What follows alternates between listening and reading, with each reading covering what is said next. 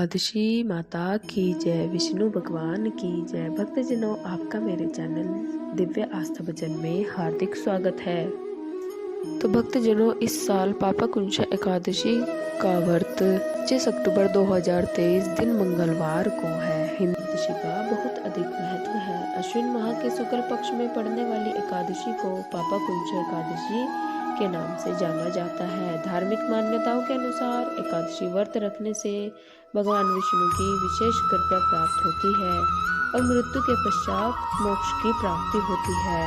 हर माह में 2 बार एकादशी पड़ती है, एक शुक्ल पक्ष में और एक कृष्ण पक्ष में। एकादशी व्रत में भगवान विष्णु की विशेष पूजा अर्चना की जाती है।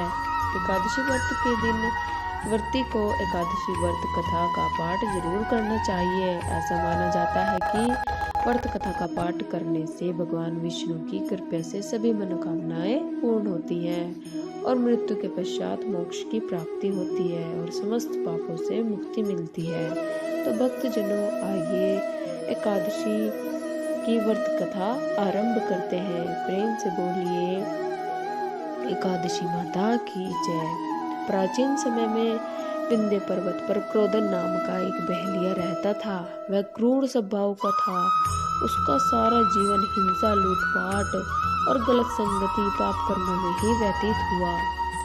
जब अंत समय में यमराज के दूत बेलिए को लेने आए और यमदूत ने बेलिए से कहा कि कल तुम्हारे जीवन का अंतिम दिन है, कल हम तुम्हें लेने आ जाएंगे।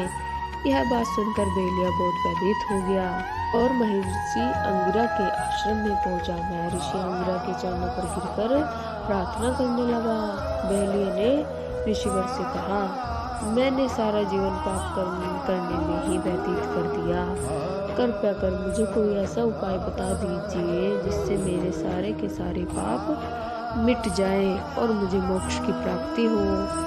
उसके निवेदन करने पर महर्षि अंगिरा ने उसे अश्विन शुक्ल की पापा कुंशा एकादशी का विधिपूर्वक व्रत करने को कहा।